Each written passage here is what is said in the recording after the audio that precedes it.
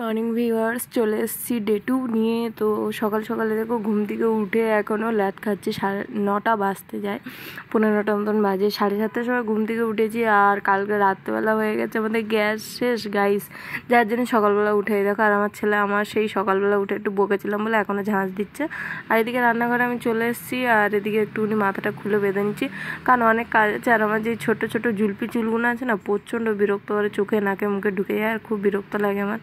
এদিকে তেল দিলে বেশিক্ষণ থাকতে পারি না, আবার তেল না দিলেও কেমন লাগে। আর টিপ পড়লে তো গাইস আমার তো হালত খুবই খারাপ হয়ে যায়।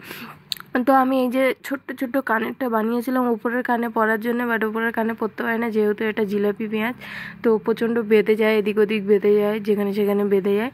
তো ওই জন্য আর ওটা আমি মানে ওপরের কানে না, নিচের কানে পরলাম, যে এইভাবে পয়সা দিয়ে কিনে ফেলে রাখলে তো হবে না, পরতে তো হবে। তো সেরকম কোনো অসুবিধা হচ্ছে না, বাট প্রবলেম হলে খুলে রেখে দেবো, বাড়িতে গিয়ে আবার পাল্টে নেবো বা চেঞ্জ করে নেবো, বা গুজি সিস্টেম যাই হোক করে নেবো। যেহেতু এটা কানের নয় বন্ধুরা, এটা হলো নাকের, তো দুটো সেম নিয়েছিলাম। আর এই যে আমার ডায়মন্ড রিংগুলো তুলে রেখে দিচ্ছি, আর আমার ছেলে ওখানে গ্যাস ধরাচ্ছে, বলছে গ্যাস আছে। আর যে না রে বাবু নেই। তো এই যে ওর বাবা অফিস থেকে ম্যাগি করে এনে দিয়েছে, ও খেতে বসে গেছে। আর সমস্ত জিনিসপত্র দেখো কেমনভাবে ছড়িয়ে রেখেছে। কালকের ওই বইটা 50 টাকা দিয়ে কিনে এনেছে, তার অবস্থা দেখো। ড্রয়িং তো নয় বাবার, এই ড্রয়িংয়ের যা কাজ, মানে দেখলেই ভয়ে ছুট মারবে সবাই। তো এই যে এদিকে পর্দাগুলো খুলে নিচ্ছি, বিছনা মাত্র এখন কোনো কিছুই গুছানো হয়নি। তো বরকে বললো রাত দুপুরবেলা কি রান্নাবান্না হবে, বললো বাইরে থেকে কিনে আনবো। তো যাই হোক, এখানে 30 টাকা সবজি ভাত অনেকটাই দেয়, বা 30 টাকা বা 40 টাকা যেরকম নেবে সেরকম। তো এই যে এদিকে বিছনার চাদর, এই যে দেখছো রং ফেলে কি করেছে, সকালবেলা একদম রং ফেলে বিছনার চাদরটাকে 12টা বাজিয়ে দিয়েছে। আমি একটু ঠান্ডা জল গরম জল মিক্স করে খেয়ে নিলাম, যেহেতু নাক সরসর করছে, গরম জল তো আর খেতে পারলাম না। তো ওই জন্য যাই হোক এখানটায় এগুলো গুছিয়ে গেছে দিচ্ছি। আর আমার ছেলেকে বললাম হাত ধুয়ে যা। আর এখন ওরা একটা ভালো অভ্যেস দেখতে পাচ্ছি, চামচ দিয়ে আগে খেতে, এখন আর চামচ দিয়ে খায় না, হাত দিয়েই খায়। তো ওই জন্য এসে বলছে ম্যাগি কই, আমি বললাম ওই যে টেবিলে দিয়ে দিয়েছি, টেবিলে গিয়ে খাবি যা। তো ওদেরকে হাত ধুয়ে আসতে বলেছি, ও হাত মুখ পা সব ধুয়ে চলে এসছে। তো ওকে আবার একটু মুছিয়ে দিলাম। এই যে বিছানার চাদরটা দিয়ে একটু ভালো করে ঝেড়ে ঝুলে নিলাম। আর রাঁটশোলা হয়েছে দেখছি ফের, তো একটু ওষুধ মারতে হবে। তো আমি দেখছি কোন বেডশিটটা পাতা যায়, সাদা বেডশিট পাতবো ভাবছিলাম, বাট আবার দেখলাম যে না, আমার ছেলে এখন রং পেন্সিল এই নতুন নতুন পেয়েছে, ও মানে প্রচুর এখন বাড়াবাড়ি করবে।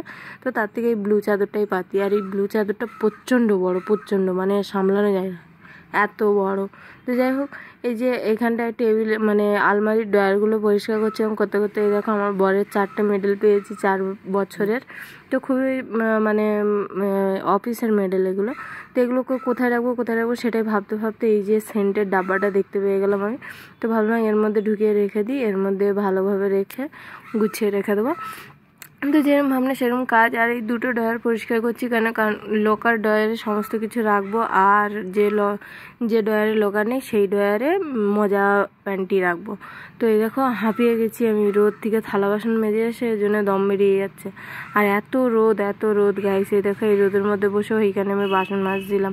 আর কি বলবো, জীবন বেরিয়ে যাচ্ছে আমার, পুরো জীবন বেরিয়ে যাচ্ছে, মানে এত কষ্ট হচ্ছে আমার। কতগুলো থালা বাসন মেজেছি দেখো, এই থালা, এই কড়া বাটি থালা, এই গামলা কুকার, তারপরে এই যে এইখানটায় কড়া থালা বাটি চামচ কাপ, তারপরে এখানে চামচ বাটি প্লেট গামলি, কত কিছু মানে ধুয়েছি। ওগুলো ধুতে কম টাইম লাগে বলো, প্রায় আধা ঘন্টার উপরে আমি এই রোদে বসে বসে ওগুলোকে মেজেছি ধুয়েছি। আর এখানটায় তো আমার দম বেরিয়ে গেছে, আমি শুয়ে পড়েছি। আমার ছেলে বলছে কী হয়েছে মামি, কষ্ট হয়েছে? আমি হ্যাঁ। আর এই হাতে আমার বন্ধুরা প্রচণ্ড ব্যথা হচ্ছে, প্রচণ্ড, মানে কি বলবো, আমি এই যন্ত্রণা সহ্য করতে পারছি না। সেই হাড় হয়ে গেলে যেমন যন্ত্রণা হয় না সেরকম, বাট বুক ফাটে তো মুখ ফাটে না, কাউকে বলতেও পারি না। তো যাই হোক, বলেও বা কী হবে, কেউ কি এর কষ্ট বুঝবে? আমার কষ্ট আমাকেই বুঝতে হবে, তাই না? কেউ আর আমার কষ্ট ভাগ করে নেবে না। তো যাই হোক, ভিডিওটা আমি এখানেই এন্ড করলাম। তোমাদের ভালো লাগলে লাইক কমেন্ট শেয়ার, অ্যান্ড চ্যানেলটাকে ফলো করে দিও, পেজটাকে ফলো করে দিও, চ্যানেলটাকে সাবস্ক্রাইব করে দিও। তো চলো টাটা বাই, সবাই ভালো থাকবে, বাই বাই।